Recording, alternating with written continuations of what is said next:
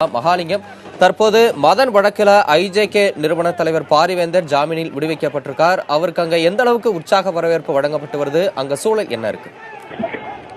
தம்பி, தற்போது புழல் சிறையில் அடைக்கப்பட்டிருந்த பாரிவேந்தர் ஜாமீனில் விடுவிக்கப்பட்டிருக்கிறார். சென்னை அமர்வு நீதிமன்றம் கொடுத்த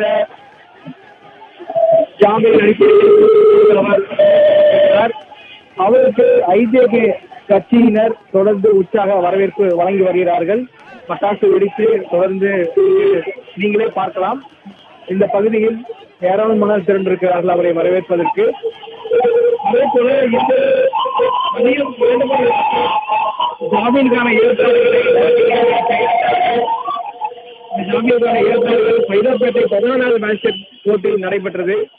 அதற்கு அந்த மேஜிஸ்ட்ரேட் கோர்ட்டில் நீதிமன்றம் சொல்லியிருந்த நிபந்தனைகளுக்கு உட்பட்ட அம்சங்களை எல்லாம் பூர்த்தி செய்த பிறகு, நிறைவேற்றிய பிறகு அவர் பிணை விடுவிப்பதற்கான ஏற்பாடுகள் செய்யப்பட்டன.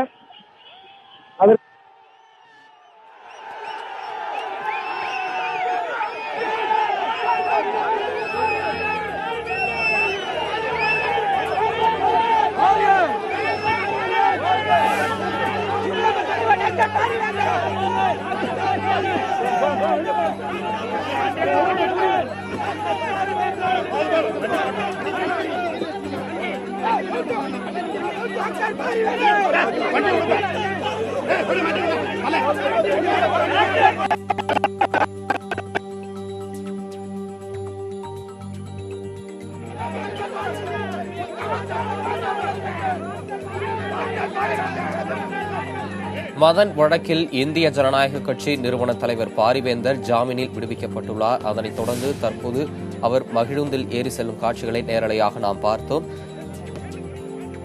தொடர்ந்து அவ்விடத்தில் இந்திய ஜனநாயக கட்சி தொண்டர்கள் அவருக்கு உற்சாக வரவேற்பு அளித்த காட்சிகளையும் ஆரவாரத்துடன் அவரை வரவேற்ற காட்சிகளையும் நாம் பார்த்தோம்.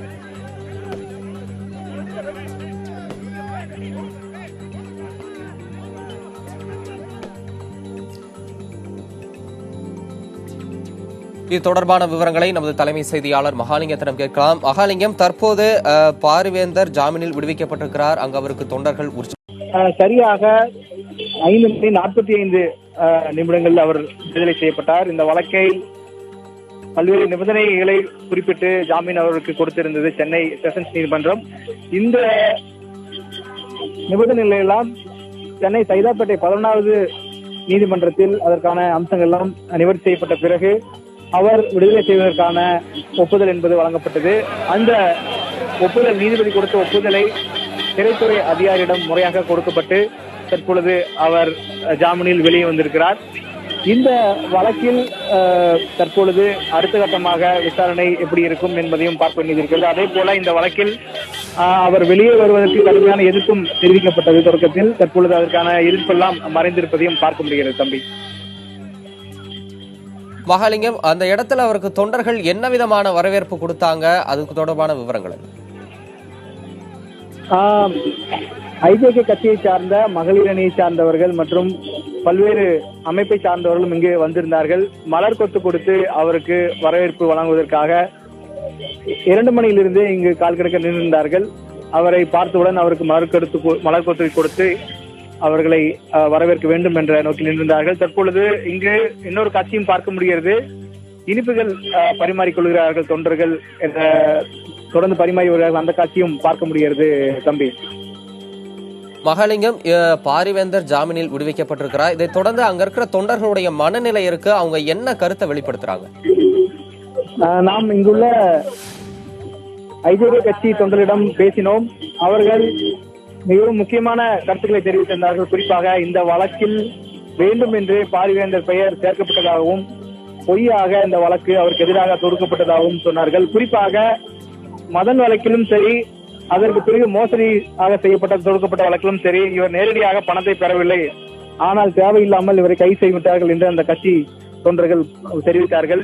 எனவே இந்த வழக்கில் அவருடைய விடுதலை ஆயிருப்பது மிகவும் ஒரு முக்கியமான விசேஷமான ஒன்றாக பார்க்கிறார்கள். அவரை நேரில் சந்திக்க வேண்டும் என்று பலரும் ஆர்வத்தோடு இங்கே வந்திருப்பதை பார்க்க முடிகிறது. தம்பி மகாலிங்கம், தற்போது ஐஜேகே நிறுவனர் பாரிவேந்தர் அவருடைய அடுத்த கட்ட நிகழ்ச்சி நிரல் என்ன? அவர் யாரையாவது சந்திக்க இருக்கிறாரா? அது தொடர்பான விவரங்கள் தற்போதைக்கு ஜாமீனில் விடுதலையாயிருக்கும் பாரிவேந்தர் அவர் இல்லத்திற்கு செல்வதாக சொல்லப்பட்டிருக்கிறது. குறிப்பாக இந்த வழக்கு விசாரணையில் அவர் 25ஆம் தேதி விசாரணைக்காக அழைத்து வரப்பட்டார். காவல்துறை விசாரணைக்கு பிறகு அவர் 26ஆம் தேதி கைது செய்யப்படுகிறார். கிட்டத்தட்ட 24 மணி நேரம் காவல் கஸ்டடியில் அவர் வைக்கப்பட்டு தொடர்ந்து விசாரணை மேற்கொள்ளப்பட்டது அவரிடம். அதற்கு பிறகு அவரை போலீசார் காவலில் எடுத்து ஒரு நாள் காவலில் எடுத்து போலீசார் மத்திய குற்றப்பிரிவு போலீசார் விசாரணை மேற்கொண்டார்கள். இந்த தொடர் விசாரணையின் போது அவருக்கு மன உளைச்சல் ஏற்பட்டிருக்கும் என்று அவரது வழக்கறிஞர் நம்மிடம் தெரிவித்திருக்கிறார்கள். அதே போல அவரது உணவு பழக்க வழக்கங்களில், அதாவது சிறையில் இருந்த காலங்களில் உணவு பழக்க வழக்கங்களில் பல்வேறு மாற்றங்கள் ஏற்பட்டிருப்பதால் அவர் சோர்வாக இருப்பதாகவும் அவரது வழக்கறிஞர்கள் தெரிவித்திருக்கிறார்கள். எனவே அவரது அடுத்த கட்ட நடவடிக்கை குறித்து அதிகாரப்பூர்வமான அறிவிப்பில்லை. இருந்த போதிலும் அவர் தனது உடல்நிலையை பரிசோதித்துக் கொள்வார் என்றும் அடுத்த கட்டமாக அவரது உடல்நிலை கவனிக்கும் பணிகள் நடக்கும் என்றும் அவருடைய வழக்கறிஞர்கள் நம்மிடம் தெரிவித்திருக்கிறார்கள். மகாலிங்கம், தொழில் போட்டி காரணமாக SRM பல்கலைக்கழகம் மீது அவதூறு குற்றச்சாட்டு கூறப்பட்டதாக அந்த பல்கலைக்கழகத்தோட பதிவாளர் 2 நாளைக்கு முன்னாடி சென்னை மாநகர காவல் ஆணையத்திடம் புகார் அளித்திருந்தார். தொடர்ந்து தொழில் போட்டி காரணமாகத்தான் இந்த மாதிரியான சதிவலை பின்னப்பட்டு வந்ததா இந்திய ஜனநாயக கட்சி தரப்புல சொல்லப்படுது. இது தொடர்பா அங்க இருக்கிற கட்சி தொண்டர்கள் என்ன சொல்றாங்க? தம்பி, இந்த வழக்கில் நீதிமன்றத்தில் நடந்த விவாதங்களை எடுத்து பார்த்தாலே பல விஷயங்கள் நமக்கு தெளிவாக தெரியும் என நாம் நம்புவோம். குறிப்பாக சைதாப்பேட்டை நீதிமன்றத்தில் இந்த வழக்கு சம்பந்தமான விசாரணை எல்லாம் நடக்கும் பொழுது பல்வேறு தரப்பிலிருந்து எதிர்ப்புகள் தெரிவிக்கப்பட்டன.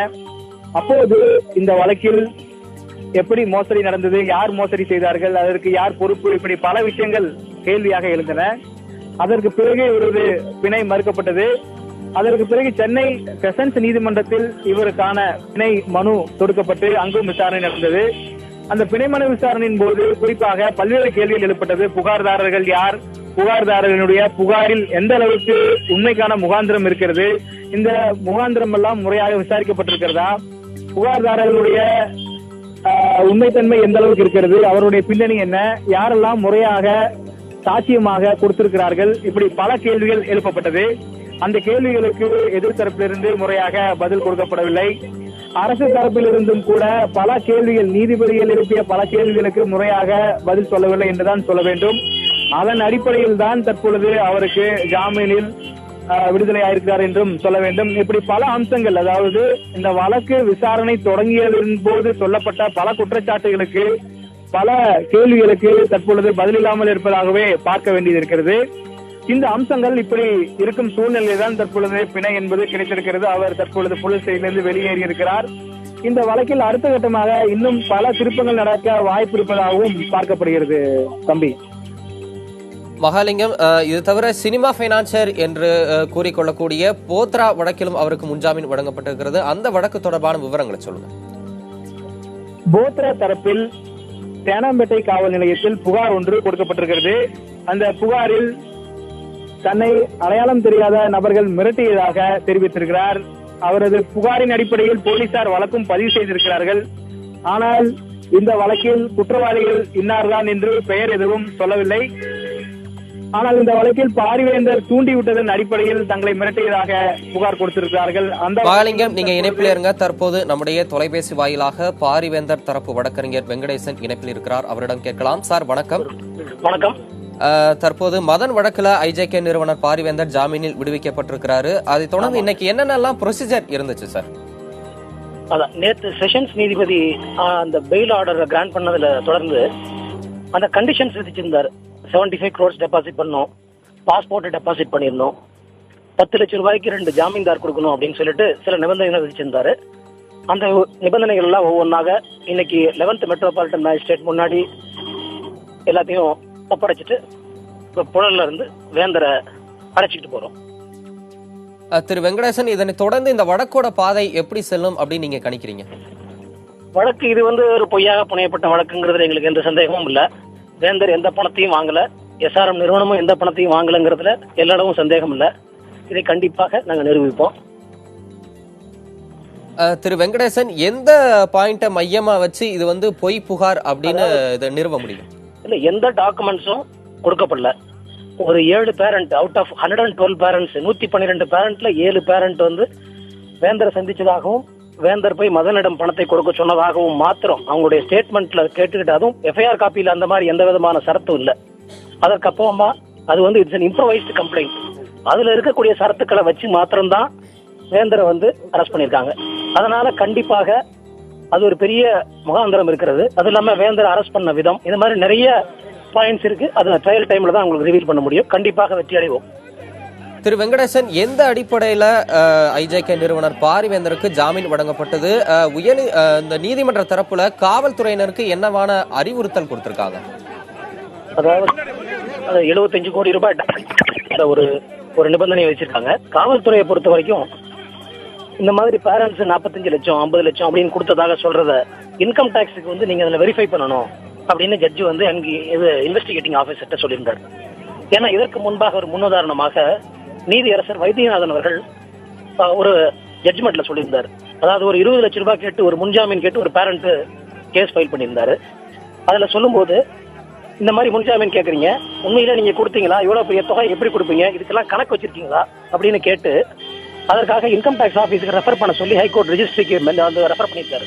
அந்த அடிப்படையில் பார்க்கும் பொழுது கண்டிப்பாக இந்த வழக்கிலும் அதே நிலை தொடரும் என்று நினைக்கிறோம். திரு வெங்கடேசன், இந்த வழக்குல வந்து புகார் கொடுத்தவங்களுடைய முகவரி உள்ளிட்ட எந்த விதமான அவங்களுடைய சமர்ப்பிக்கப்பட்ட ஆதாரத்துல பல்வேறு விதமான குளறுபடி உள்ளிட்ட பல்வேறு செய்திகள் வெளிவந்தன.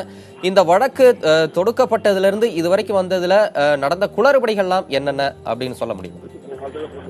கண்டிப்பா கண்டிப்பா. அதாவது அந்த வழக்குல வந்து கொடுக்கப்பட்ட அட்ரஸே பாத்தீங்கன்னா நிறைய அட்ரஸ் உண்மையான அட்ரஸ்ன்றது பெரிய கேள்விக்குறி. உதாரணத்துக்கு சொல்லணும்னு சொன்னா, மேஜிஸ்ட்ரேட் கோர்ட்ல நாங்க பெயில் அப்ளிகேஷன் வேந்தருக்காக பெயில் அப்ளிகேஷன் மூவ் பண்ணும்போது அங்க வந்து சில பேரண்ட்ஸ் வந்து இன்டர்வீனிங் பெட்டிஷன் போட்டிருந்தாங்க. அந்த இன்டர்வீனிங் பெட்டிஷன்ல மேஜிஸ்ட்ரேட் கூப்பிட்டு உங்க பேரண்ட் பேர் என்ன, உங்களோட அட்ரஸ் என்னன்னா, அவர் படித்த பேரண்ட், அவர் கேட்டா டாக்டர்னு கூட சொல்றாங்க. அப்படி படித்த பேரண்டாலேயே அந்த அட்ரஸ் என்னன்னு சொல்ல முடியாம திருச்சின்னு சொன்னதை நீங்க ஞாபகம் வச்சிருப்பீங்கன்னு நினைக்கிறேன். அதாவது தன்னுடைய சொந்த அட்ரஸையே சொல்ல முடியாத அளவுக்கு இருக்கக்கூடிய பேரண்ட்ஸ் கூட அதுல இருக்காங்க. அதே போல இன்னொரு பேரண்டோட அட்ரஸ்ல பார்க்கும்போது UAE வெளிநாட்டுல இருக்கக்கூடிய ஒரு அட்ரஸ், எந்த நம்பர் எது, தெரு எது, ஸ்ட்ரீட், எந்த நாட்டுல இருந்தாலும் நாட்டை மட்டும் போட்டு சும்மா அட்ரஸ்ன்ற பேர்ல ஒரு அட்ரஸ் போட்டிருக்காங்க. இதெல்லாம் எப்படி எடுத்துக்கிட்டாங்க, இந்த கம்ப்ளைண்ட் அப்படிலாம் எடுத்து விசாரிச்சாங்களா, அப்படி அதெல்லாம் போக போக விசாரணையிலும் கேஸ் தெரியும். திரு வெங்கடேசன், நீங்க தனிப்பட்ட முறையில ஐஜேகே நிறுவனர் பாரிவேந்தர்கிட்ட பேசுனீங்களா? அவருடைய எண்ண ஓட்டம் இப்ப என்னவா இருக்கு? என்ன ஓட்டம், அவர் ரொம்ப தைரியமா இருக்காரு. நான் எந்த தவறும் செய்யல, நான் யார்கிட்டையும் எந்த பணமும் வாங்கவும் இல்லை, நீங்க நிறுவனமும் எந்த பணமும் வாங்கவே இல்லை. தவறா ஒருத்தர் சித்தரிச்சுட்டு அப்படி பணத்தை கொடுத்ததா சொல்லி தலைமறைவா இருக்கிற ஒருத்தர் சொல்றதை வச்சு நாங்க எதுவும் செய்ய முடியாது. கண்டிப்பாக என்னுடைய உண்மையை நிரூபிப்பேன், கோர்ட்ல நான் நிரூபிப்பேன், ப்ரூவ் பண்ணுவேன். இத்தனை ஆண்டு காலம் 75 ஆண்டு காலமாக நான் கல்வி சேவை செய்திருக்கிறேன். பல மாணவர்களுக்கும் பல லட்சக்கணக்கான மாணவர்களும் கண்டிப்பாக இதனால பயனடைஞ்சிருக்காங்க. அதை நான் கண்டிப்பாக கோர்ட்ல நிரூபிப்பேன்ற ஒரு உறுதியோடு தான் அவர் இருக்காரு. திரு வெங்கடேசன், தொழில் போட்டி உள்ளிட்ட பல்வேறு காரணங்களால தான் இந்த மாதிரி ஒரு ஜோடிக்கப்பட்ட வழக்கு புனையப்பட்டிருக்கு அப்படின்ற ஒரு கருத்து முன்வைக்கப்படுது. இது குறித்து பாரிவேந்தர் என்ன சொல்றாரு? அவர் இப்ப அதை பத்தி சொல்லுவதற்கு இல்லை. பட் ஆனா நான் பாரிவேந்தர் சொல்ல வேண்டும் என்ற நிலையில் அது இல்லை. தொழில் போட்டி இருக்கிறதா என்பதை மக்களே அறிவார்கள். அவர் சொல்லிதான் மற்றவங்களுக்கு தெரியணுங்கிறதே இல்லாத அளவிற்கு இன்றைக்கு நடந்து கொண்டிருக்கின்ற ஒவ்வொரு செய்திகளும் வருவதை பார்ப்பது மக்களுக்கே கண்டிப்பாக புரியும். இது வந்து போட்டி இல்லையா, இல்ல அவர் தவறு செய்திருப்பாரா இல்லையாங்கிறத வந்து ப்ரூவ் பண்ற விதமாக இந்த 75 கோடி ரூபாய் டெபாசிட் செய்யும் போது கூட எங்களுடைய இன்னசென்ஸை ப்ரூவ் பண்றோம். வித்தவுட் ப்ரெஜுடிஸ் ஆர் கன்டென்ஷன்ஸ் எங்களுடைய இன்னசென்ஸை நாங்க ப்ரூவ் பண்றதுக்கு இதை ஒரு வாய்ப்பா தான் நாங்க எடுத்துக்கோன்னு தான் சொன்னாரே ஒழிய, அந்த மாதிரி ஒரு மனம் படைத்தவர் கண்டிப்பாக இதை எதிர்கொள்வார். அது தொழில் போட்டியா இல்லையா என்பதை நாம் சொல்வதை விட, ஊடகம் சொல்வதை விட கண்டிப்பாக மக்களுக்கு தெரியும்.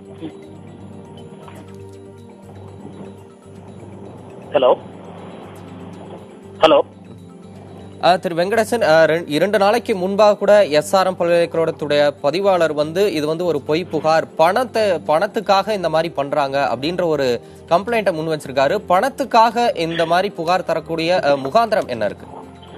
கண்டிப்பா அதுல என்னன்னா, நாங்க வந்து ஹைகோர்ட்ல justice Nagamuthu and justice Bharathidasan அவங்க பெஞ்சில் வந்து 69 அன்னைக்கு இருந்த சூழ்நிலையில 69 கோடி ரூபாயை டெபாசிட் செய்வதற்கு, நிபந்தனை மேல டெபாசிட் செய்வதற்கு தயாராக இருப்பதாக சொன்னோம். இது எல்லா ஊடகங்களிலும் எல்லா பத்திரிகைகளும் ரொம்ப விரிவாக வந்திருந்தது. அதை பார்த்துட்டு பழைய சிவில் சூட் போட்டவங்க, வேற ஏதோ ஒரு தொடர்புடையவங்க, தொடர்பு இல்லாதவர்கள் கூட எங்களுக்கு காசு வரணும் அப்படின்னு மிரட்டக்கூடிய சூழ்நிலை நிலவர மாதிரி ஒரு சூழ்நிலை இருந்ததுனால பதிவாளர் என்ன செஞ்சாரு, கமிஷனர் ஆஃப் போலீஸ் அணுகி ஒரு கம்ப்ளைண்ட்டை ஃபார்வர்ட் பண்ணார். அதாவது நாங்கள் 69 கோடி ரூபாயை கட்டுவதற்காக இருக்கிறோம் வித்தவுட் ப்ரெஜுடிஸ். இதை தெரிந்து கொண்டு சமூக விரோதிகளும் தொழில்முறை போட்டியாளர்களும் இதை எப்படியாவது இதுல பயன்பெற்றணும் அப்படின்னு சொல்லிட்டு டு எக்ஸ்ட்ராக்ட் மணி இல்லீகலி அப்படிங்கிற ஒரு அடிப்படையில தொடர்ந்து பல விதமான முயற்சிகளை செய்து கொண்டு வராங்க. இதை முடக்கணும், அவர்கள் மேல உடனடியாக நடவடிக்கை எடுக்கணும்னு சொல்லி எஸ்ஆர்எம் யூனிவர்சிட்டியோட பதிவாளர் திரு சேதுராமன் அவர்கள் ஒரு கம்ப்ளைண்ட் கமிஷனர் ஆஃப் போலீஸுக்கு கொடுத்தாரு. அந்த அடிப்படையில் தான் அந்த கம்ப்ளைண்ட் கொடுக்கப்பட்டது. திரு வெங்கடேசன், நீங்க தொடர்ந்து இணைப்பிலே இருங்க. ஒரு சிறிய இடைவேளைக்கு பிறகு நாம் தொடர்ந்து பேசலாம். ஐஜேகே நிறுவனர் பாரிவேந்தர் தற்போது ஜாமீனில் விடுவிக்கப்பட்டுள்ளார். அதன் நேரலையை பார்த்துக் கொண்டிருக்கிறோம். தொடர்ந்து பார்க்கலாம் ஒரு சிறிய இடைவேளைக்கு பிறகு. தற்போது நமது தொலைபேசி இணைப்பில் பாரிவேந்தர் தரப்பு வழக்கறிஞர் திரு வெங்கடேசன் இருக்கிறார். அவரிடம் சில கேள்விகளை முன்வைக்கலாம். திரு வெங்கடேசன், தற்போது எஸ்ஆர்எம் பல்கலைக்கழகத்துல இந்த மாதிரி மோசடி நடந்ததுனால தான் அவர் மேல வழக்கு தொடுக்கப்பட்டது. எஸ்ஆர்எம் பல்கலைக்கழகத்தினுடைய அந்த இணையதளத்திலேயே இடைத்தரகர் யாரும் இல்லை, இடைத்தரகர் மூலமா பணம் கொடுத்து யாரும் ஏமாறவில்லை, இப்படின்று பலதரப்பட்ட வாதங்களை உங்கள் தரப்பு முன்வைத்தும் பாரிவேந்தருக்கு ஜாமீன் கிடைக்கிறதுக்கு ஏன் இவ்வளவு தாமதம்? அதுக்கான காரணம் என்ன? அதாவது நீங்க எஸ்ஆர்எம் பொறுத்த வரைக்கும், எஸ்ஆர்எம் நிறுவனத்தை பொறுத்த வரைக்கும், யூனிவர்சிட்டியை பொறுத்த வரைக்கும் எந்த பணத்தையும் வாங்கவில்லை என்பதை நாங்களும் சொல்லியிருக்கிறோம். அதே போல எந்த பேரண்ட்டுமே எஸ்ஆர்எம் யூனிவர்சிட்டிக்கு போய் நாங்க காசு கொடுத்தோம், நாங்க பணம் கொடுத்தோம், கேஷாக கொடுத்தோம், அந்த பணத்தை அவங்க திருப்பி தரல அப்படின்னு எந்த புகாரும் கிடையாது. எல்லா புகார்களுமே நான் சென்று ஒருவரை சந்தித்தேன், அவர் மதனிடம் என்னை அழைத்து சென்றார், மதனிடம் பணம் கொடுத்தேன் அப்படின்ற வழக்கு தான் எல்லா இடமே சொல்லியிருக்காங்களே, எஸ்ஆர்எம்க்கு கொடுத்ததாக எவருமே சொல்லல. அது பாயிண்ட் நம்பர் 1. அடுத்த கேள்வி என்ன சொன்னீங்க? உங்கள் தரப்புல இவ்வளவு தூரம் நீங்க விளக்கம் கொடுத்ததுக்கு அப்புறமும் ஏன் பாரிவேந்தருக்கு ஜாமீன் கிடைக்கிறதுல இவ்வளவு தாமதம்? அதுக்கான முக்கிய காரணம் என்ன? அதான் இந்த பேரண்ட்ஸோட இன்டர்வென்ஷன். அதாவது பேரண்ட்ஸ் என்ன பண்ணாங்க, ஆரம்பத்துல தவறாக புரிந்து கொண்டு நாங்கள் ஏதோ பணத்தை வாங்கிக்கிட்டு கொடுக்காம போயிட்டோம் அப்படிங்கிற ஒரு தவறான புரிதலோடு இருந்த ஒரு சூழ்நிலை இருந்தது. முதல்ல ஒரு 3-4 டேஸ் அவங்க நினைச்சுக்கிட்டது என்னன்னா, பணம் எல்லாமே மதன்கிட்ட இருந்து வேந்தருக்கு வந்துருச்சு, வேந்தர் அந்த பணத்தை வாங்கிக்கிட்டும் தரல அப்படிங்கிற ஒரு எண்ணத்தை அவங்க நினைச்சிட்டாங்க. அதன் அடிப்படையில் என்ன பண்ணாங்க, நிறைய இன்டர்வீனிங் பெட்டிஷன் போடுறது, அந்த மாதிரியான ஒரு சூழ்நிலை நிலவுச்சு. அந்த உண்மைகள் எல்லாம் ஒரு கோர்ட்டாக முதலில் ஹைகோர்ட்ல எடுத்து சொன்னோம். 69 கோடி ரூபாயை நாங்கள் டெபாசிட் செய்யறோம் வித்தவுட் ப்ரெஜுடிஸ் ரைட்ஸ்னு சொல்லி அங்க சொன்னோம். அதன் பிறகு மேஜிஸ்ட்ரேட் கோர்ட்லயும் அதையே சொன்னோம். அங்க முதல்ல அவங்க கொஞ்சம் ஹெசிடேட் பண்ணிட்டதுக்கு அப்புறமா அவங்களோட பெற்றோர்கள் தரப்பாக ஆஜரான திரு பால் கனகராஜ் அவர்களே அந்த பணத்தை அவங்க டெபாசிட் பண்ணுகின்ற பட்சத்தில் எங்களுக்கு எந்த ஆட்சேபனையும் இல்லைன்னு சொல்லுகின்ற அளவிற்கு அந்த விஷயம் மாறி போயிட்டது. அதை முதலில் சரியாக புரிந்து கொள்ளாததும், பிறகு அது இந்த அடிப்படையில் தான் இருக்கிறது, பணம் போகவில்லையோ என்று அவர்களுக்கே ஒரு ஐயம் ஏற்பட்டதும் கூட காரணமா இருக்குமோன்னு நான் நினைக்கிறேன். இதற்கு ஒரு சிறிய தாமதம் ஏற்பட்டதற்குண்டான காரணம் அதுவாக இருக்கும் என்று நான் நினைக்கிறேன். திரு வெங்கடேசன், புகார் கொடுத்தவங்க தரப்புல பல்வேறு குளறுபடிகள் இருக்கிறதா நீங்க குறிப்பிட்டீங்க. இந்த வழக்கு தொடுத்ததுல இருந்து உங்கள் தரப்பு வாதங்களா நீங்க இதுவரைக்கும் என்னென்னலாம் முன் வச்சீங்க? எங்கள் தரப்பு வாதத்தை பொறுத்த வரைக்கும் யூனிவர்சிட்டியில எந்த பணத்தையும் நேரடியாக யாரிடமும் பெறவில்லை, வேந்தர் யாரையும் ஆத்தரைஸ் பண்ணவும் இல்லை. அதாவது போல இது யூனிவர்சிட்டி நேற்று இன்றைக்கு ஆரம்பிச்சதல்ல. இந்த எஸ்ஆர்எம் நிறுவனம் என்பது ஒரு 30-40 ஆண்டுகளாக கல்வி சேவையில் ஈடுபட்டு இருக்கக்கூடிய ஒரு பெரிய நிறுவனம். அது எல்லாத்துக்குமே தெரியும். பல்கலைக்கழகம் அந்த அளவுக்கு ஒரு உலக தரத்துல இருக்குதுங்கிறதும் எல்லாத்துக்குமே தெரியும். அதனாலதான் இவ்வளவு மாணவ சேர்க்கை நடக்குதுங்கிறதும் எல்லாத்துக்குமே தெரியும். அதுல 50,000 மாணவர்களுக்கு மேலாக படிக்கிறாங்கிறதும் ஒரு உண்மையான ஒரு விஷயம். அப்படி இருக்கும்போது அதனுடைய வெப்சைட்ல ரொம்ப கிளியர் கட்டா போட்டிருக்கு. அதாவது நாங்கள் எந்த ஏஜென்ட்களையும் நியமிக்கவில்லை, எந்த பெற்றோர்களும் எந்த ஏஜென்ட்டையும் நம்பி பணம் கொடுக்க வேண்டாம், அதுவும் கேஷாக கொடுக்க வேண்டாம் என்று ஸ்பெசிபிக்காவே வெப்சைட்ல போட்டிருக்கு. ஜட்ஜி அந்த கேள்வியை முதல்ல முன் வச்சார். அந்த மாதிரி எதுவும் போட்டிருக்கீங்களா, இவர் ஏன் நீங்க ஒரு இவ்வளவு பெரிய யூனிவர்சிட்டி ஆச்சு அப்படின்னு கேட்கும் பொழுது உடனடியாக நாங்கள் அந்த வெப்சைட்ல இருக்கக்கூடிய அதை சுட்டி காட்டினோம். இது போல நாங்க ஏஜென்ட்டை நியமிக்கல, யாரும் பணத்தை நேரடியாக யாரிடமும் கொடுப்பதற்கு எந்த விதமான அதிகாரத்தையும் யாரிடமும் கொடுக்கவில்லை அப்படின்னு நாங்க போட்டு அந்த டாக்குமெண்ட்ஸ் கோர்ட்லயும் தாக்கல் பண்ணியிருக்கோம். அதனுடைய அடிப்படையிலும் ஜாமீன் கொடுப்பதற்கு அதெல்லாம் ஒரு அடிப்படையாக அமைந்தது. சுப்ரீம் கோர்ட் ஜட்ஜ்மெண்ட் ஒரு அடிப்படையாக அமைந்தது. நாங்கள் பணம் பெறவில்லை, இன்ஸ்டிடியூஷன் எந்த பணத்தையும் நேரடியாக பெறவில்லைங்கிறது ஒரு அடிப்படையில் வந்தது. அதே போல வெப்சைட்ல இந்த மாதிரி நாங்க போட்டிருக்கோம், கேஷ் யாருக்கும் கொடுக்க கூடாதுங்கிறதும் போட்டிருக்கோம், அதையும் நேரடியாக சொல்லிவிட்டோம். அதே போல 112 பேரண்ட்ஸ்ல 7 பேரண்ட் அது it is an improvised complaint நாங்க சொல்றோம். அதாவது முதல் தரமாக கொடுத்த எஃப்ஐஆர்ல அது இல்ல. அதன் பிறகு விசாரணையினுடைய போக்கு போக போக அதை சேர்த்துக்கொண்டு பின்னாடி வந்த ஒரு விஷயமா தான் அது அமைஞ்சதை ஒழிய ஆரம்பத்தில் இருக்கிறதுல இல்ல. அதனால இந்த மாதிரியான முகாந்திரங்களை எல்லாம் சொல்லி சுட்டிக்காட்டி நாங்கள் வாதிட்டோம். அதன் அடிப்படையில் எங்களுக்கு பெயில் கொடுத்துருக்காங்க. கண்டிப்பாக திரு வெங்கடேசன், உங்கள் தரப்பு வாதங்களை நீங்க எந்த அளவுக்கு எடுத்து வச்சீங்க அப்படின்ற விளக்கங்களை கொடுத்தீங்க. தொலைபேசி வாயிலாக உங்களுடைய விளக்கங்களையும் கருத்துக்களையும் பதிவு செய்தமைக்கு நன்றி திரு வெங்கடேசன். தொடர்ந்து நமது தொலைபேசி இணைப்பில் ஐஜேகே கட்சியினுடைய பொதுச் செயலாளர் திரு ஜெயசீலன் இருக்கிறார். அவரிடம் பேசலாம். சார் வணக்கம். சார், இப்ப இந்திய ஜனநாயக கட்சி நிறுவன தலைவர் பாரிவேந்தர் ஜாமீன் வெளிவந்திருக்கிறாரு. இந்த சூழலை நீங்க எப்படி எதிர்கொள்ள போறீங்க? ஆமாங்க, இப்ப ஐயா எந்த தவறும் செய்யாமல் இந்த 10-12 நாட்கள் ஒரு 5-6 சதிகாரர்கள் செய்த ஒரு சூழ்ச்சியின் காரணமாக ஐயா உள்ள போயிருந்தாங்க. எங்களுக்கு தெரியும் ஐயா அப்பளுக்கு இல்லாதவர். நிச்சயமாக இந்த மாயை திரையை கிழித்து விட்டு வெளியே வருவார் என்று நாங்கள் எல்லாம் ஆவலாகத்தான் காத்திருந்தோம். நாங்கள் எண்ணியபடியே உண்மை வெற்றி பெற்று விட்டது. ஐயாவை மூடி மறைத்த அந்த கருமேகங்கள் கலைந்து விட்டன. சூரியனை போல் ஐயா அவர்கள் பளிச்சென வெளியே வந்திருக்கின்றார். எங்கள் இயக்கத்தில் இன்னும் ஒரு மடங்கு அதிகமாக தொண்டர்கள் ஆர்வமாகவும் உற்சாகமாகவும் ஐயாவை எதிர்கொண்டு வரவேற்றிருக்கின்றோம். மேலும் இப்பொழுது இந்த ஒரு சிறிய இடர்பாடு எங்கள் இயக்கத்தை, மிகப்பெரிய அரசியல் இயக்கத்தை, மிகப்பெரிய ஒரு சக்தியாக தமிழகத்தில் உருவெடுக்க வைப்போம். அதற்காக நாங்கள் எல்லாம் உறுதி கொண்டிருக்கின்றோம். இந்த ஒரு மோசமான தருணத்தை காரணமாக வைத்து எங்கள் தொண்டர்கள் அனைவரும் ஒன்று திரண்டு விட்டோம். இனிமேல் எங்களுடைய அடுத்த கட்ட நடவடிக்கை முழு முயற்சியாக தமிழகத்தில் ஒரு சிறந்த ஒரு அரசியல் இயக்கத்தை நடத்தியே காட்டுவோம் என்பதுதான் எங்களுக்கு முழுமையான ஆர்வம். திரு ஜெயசீலன், உங்களுடைய வார்த்தைகளிலேயே உங்களுடைய உற்சாகம் வெளிப்படுது. துரோக வலைங்க அது. ஒரு சின்ன தப்பு கூட யாருக்கு, சின்ன ஒரு கடுகளவு கூட யாருக்கு துரோகம் நினைக்க மாட்டாரு. எத்தனை ஆயிரக்கணக்கான மாணவர்கள், எத்தனை பேர்த்த பெரிய பெரிய அறிவாளிகளாக இருக்கிறார், ஏழை மாணவர்கள் எவ்வளவு பேர் கொடுத்திருக்காரு. தானே போய் என்ன இந்த தமிழகத்துக்கு அள்ளி அள்ளி கொடுத்த மிகப்பெரிய உத்தமர். நான் அடிக்கடி சொல்வது போல இந்த அதாவது கொடுக்கின்ற வள்ளல் அதுல தமிழகத்தில் இன்று வாழுகின்ற மிகப்பெரிய வள்ளல் டாக்டர் பாரிவேந்தர் அவருக்கே ஒரு பெரிய துரோகம் நினைத்திருக்கிறார்கள் என்றால் இது நிச்சயமாக இதற்கான படிப்பினையும் இதற்கான பாடத்தையும் அவர்கள் நிச்சயமாக கற்றுக்கொள்வார்கள். நாங்கள் மிகப்பெரிய சக்தியாக பல மடங்கு வீரியத்தோடு எழுச்சியோடு நாங்கள் தமிழகத்தில் உலா வரப் போகிறோம். கண்டிப்பா திரு ஜெயசீலன், உங்களுடைய உற்சாகத்தையும் மகிழ்ச்சியும் எங்களால புரிஞ்சுக்க முடியுது. இந்த விஷயத்துல ஐஜேகே நிறுவனர் பாரிவேந்தர் தனக்கும் அதனுக்கும் தொடர்பில்லை அப்படின்னு பல தடவை எடுத்து கூறியும் இந்த மாதிரியான ஒரு வழக்குக்குள்ள இந்த சிக்கிறதுக்கு என்ன காரணம் நீங்க நினைக்கிறீங்க? சதி வலை. இது தொழில் போட்டினால நல்ல தெளிவா இன்னும் கொஞ்சம் பொறுமையா இருங்க. பாருங்க, தெளிவா இன்னும் கோர்ட்ல கேஸ் நடக்க போது ஒவ்வொரு திரையா முகத்திரையா கிழிக்க போறோம். இதுக்காக தொழில் போட்டியினால அவரை தொழில நேரடியா எதிர்கொள்ள முடியாம சில சதிகாரர்கள் இங்க இந்த மதனை பயன்படுத்திக்கிட்டாங்க. அதுக்கு தகுந்த மாதிரி நாங்க இந்த மதனை பிப்ரவரி மாசமே கட்சி விட்டு எடுத்துட்டோம். இவனுடைய போக்கு சரியில்லை என்பதற்காகத்தான் அவனே சொல்லியிருக்கான். கடந்த 6 மாதமாக வேந்தரை நான் என்னால் தொடர்பு கொள்ள முடியவில்லை என்று சொல்லியிருக்கான்.